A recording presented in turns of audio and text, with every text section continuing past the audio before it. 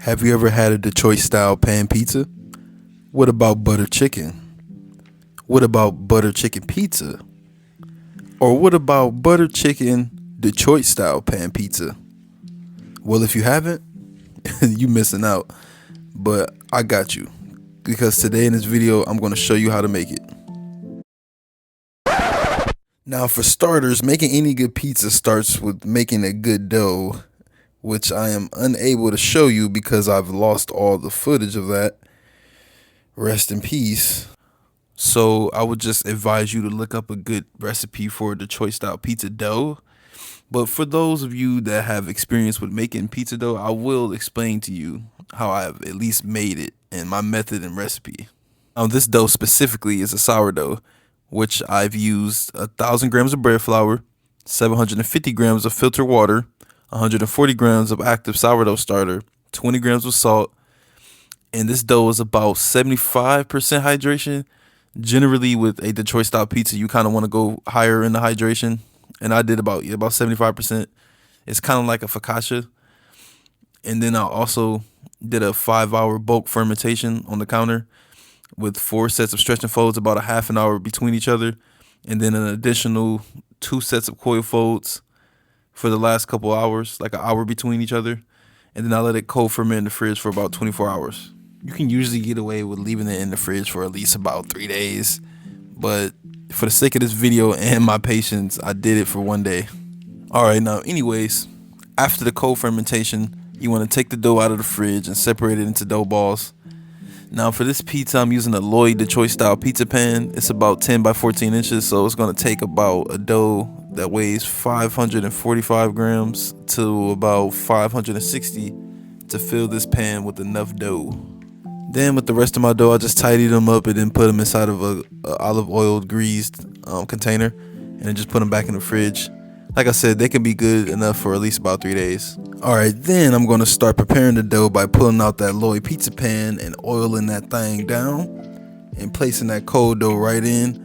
Now you want to press it out evenly. There's no need to stretch it out all the way at this stage because it's slowly going to fill the pan as it gets back to room temperature. You want to help it out once in a while, but you don't want to overwork it. Then cover with plastic wrap and let it rise on the counter. Now while that dough is rising on the counter, I'm going to start off with making our buttered chicken. I'm going to take that chicken breast, cut it right down the middle in the strips, and then cut them into medium-sized pieces. And after that chicken is all chopped up, we're going to start on our marinade. You want to go in with some plain yogurt, and no, not the Danimals yogurt, plain yogurt. Then you want to go in with some cumin, some turmeric, some garam masala, some cayenne pepper, some grounded coriander, and then you want to hit that with some ginger paste, some garlic paste, and a squeeze of like half a lemon, and then give that a mix, and then cover with plastic wrap and put it in the fridge. Oh yeah, then put a little bit of salt too. Then you want to chop up about half a red onion, a purple onion, it was clearly purple, and then 2 cloves of garlic. Also, while we have the time, I'm gonna start by shredding up my cheese. I use some sharp cheddar cheese and some white cheddar cheese. I use this for the crust. I actually didn't like this in the final product. You can really use whatever cheese you want, but I would definitely opt out for a different cheese in the future. Then grab 2 of the finest cans of fire roasted tomatoes and add them to a blender cup and set them aside for later. Then heat up your pan, add a little olive oil, and then add in your marinated chicken. Now you're really just looking to get a good sear here. You're not really looking to cook the chicken all the way because you're about to add it right back to the sauce. Please do not wash this pan.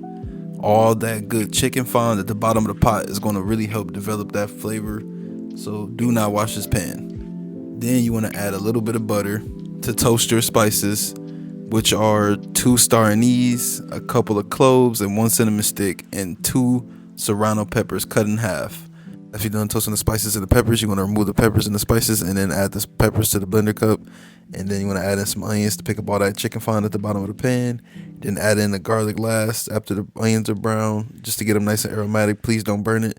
And then add in that ginger too as you add in the garlic.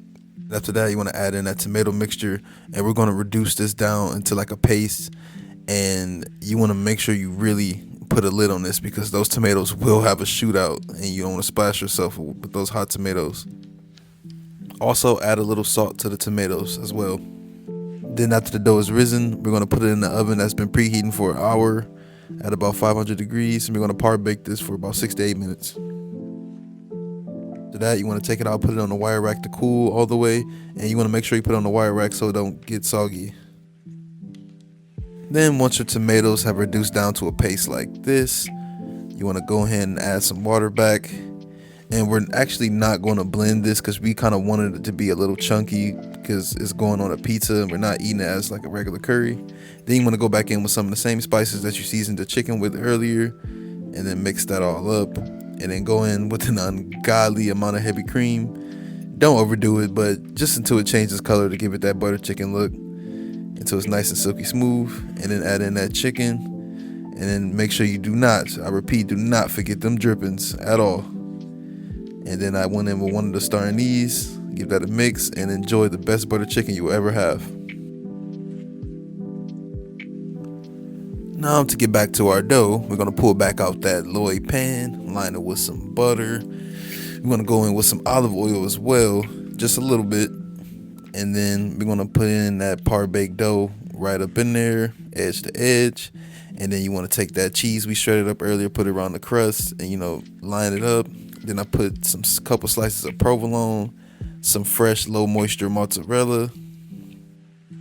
Then you want to throw this thing back in the oven on top of that pizza stone at about 500 degrees Fahrenheit to 550 degrees Fahrenheit. And then you want to let it sit inside of the loy pan for a little bit just to set that cheese crust around the edges. Then take it out, put it on the wire rack to cool a little bit, not too long. And then let's top our glorious pizza off with that butter chicken sauce and enjoy this.